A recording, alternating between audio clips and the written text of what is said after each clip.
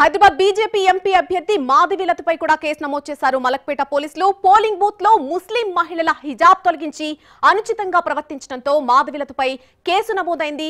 ఒక polling booth లో ముస్లిం మహిళలతో మాధవిలత ప్రవర్తించిన తీరు వివాదాస్పదమైంది.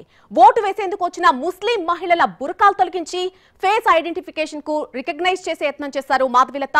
పోలింగ్ బూత్ లో ఉన్నటువంటి మహిళల హిజాబ్లు పైకి తీయాలని చెప్పి ఓటర్ స్లిప్, ఓటర్ కార్డులో ఉన్నటువంటి ఫోటో, గుర్తింపు కార్డు, వయస్సు ఇవన్నీ కూడా పరిశీలించారు.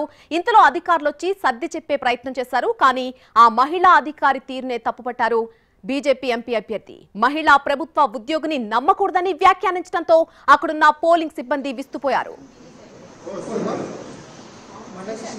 తాను అభ్యర్థిని కాబట్టి ఫోటో, ఫేస్ ఐడెంటిఫికేషన్ చేసే అధికారం తనకు ఉంటుందని అంటున్నారు హైదరాబాద్ ఎంపీ అభ్యర్థి మాధవిలత. తాను ముస్లిం మహిళలతో చాలా వినమ్రంగా ప్రవర్తించానని అన్నారు. 2 పోలింగ్ బూత్లలో ఈవీఎంలను మార్చేశారని ఆరోపించారు మాధవిలత.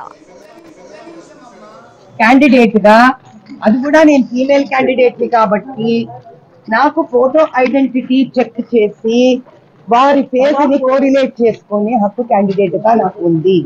చాలా వినమ్రతగా అమ్మా మీ ఫేస్ ఈ ఫోటో ఐడి చెక్ చేసుకోండి అని నేను వాళ్ళని రిక్వెస్ట్ చేసి ఆ ఫేస్ విత్ ఫోటో ఐడి చూశాను. 2 బూతులలో ఈవీఎంలు మార్చేశారు. ఎవడమ్మా చెప్పాల్సింది? క్యాండిడేట్ గా నాకు మాత్రమే ఉంటుంది ప్రిసైడింగ్ ఆఫీసర్ తీసుకెళ్లి చూడడానికి. మరి 2 బూతులలో మోసం చేస్తున్నారు అక్కడ.